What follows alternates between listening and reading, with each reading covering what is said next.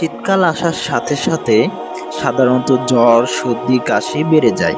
আমাদের অনেকের অনেক অসুস্থতা বেড়ে যায়। মুখ তেতো হয়ে যায়, খাদ্যের রুচি থাকে না। আবার আমরা যারা অসুস্থ রয়েছি, আশপাশের সুস্থ মানুষকে দেখলে মনে করি সবাই কি সুখী আছে, আমি কেবল অসুখী। মনে করুন আপনার কাছে একজন ব্যক্তি ১,০০,০০০ টাকা পান।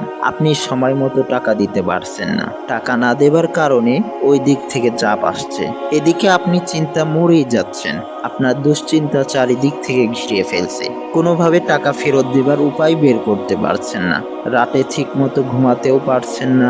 ঠিক এমন সময় সে ব্যক্তিটি হঠাৎ এসে বলল, আপনি যদি শীতের সকালে খালি গায়ে কুয়াশার উপর ১ ঘন্টা দাঁড়িয়ে থাকেন, তাহলে এর বিনিময়ে আমি আপনাকে ঋণ থেকে মুক্ত করে দেব। সেই সাথে পুরস্কার হিসেবে আরো ২,০০,০০০ টাকা দেব। আপনি তখন কি পরিমাণ খুশি হবেন? আনন্দে আপনার মন লাফিয়ে উঠবে, তাই না? এ যেন মেঘনা চাইতেই বৃষ্টি। তাই যত কষ্টই হোক না কেন, আপনি তার কথায় রাজি হয়ে যাবেন।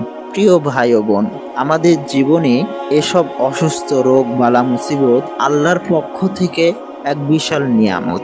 যদিও ক্ষণিকের জন্য অনেক কষ্টসাধ্য বিষয়, আল্লাহ তাআলা আমাদের এসব অসুস্থতার মাধ্যমে আমাদের জীবনে করা গুনাহ খাতাগুলো ক্ষমা করে দেন এবং এর বিনিময়ে সওয়াব ও মর্যাদা দান করেন। যেমন উম্মুল আলা যখন অসুস্থ হয়ে গিয়েছিলেন, তখন রাসূল সাল্লাল্লাহু আলাইহি সাল্লাম তাকে দেখতে গিয়ে বলেছিলেন, ফাইন্না মারাদাল মুসলিমি ইযহিবুল্লাহু বিহি খাতায়াহু কামা তুযহিবুন নারু খাবাসায যাহাবি ওয়াল ফিদ্দাতি।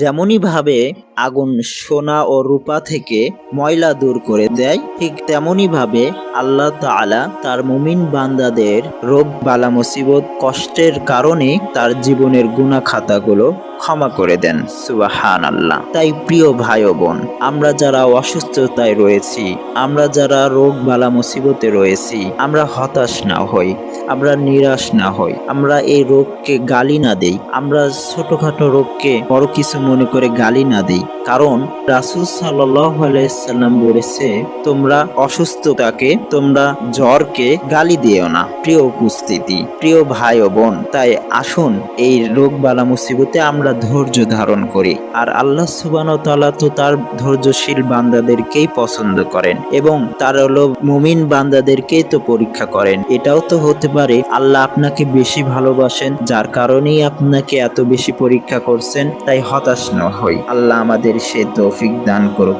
আমিন।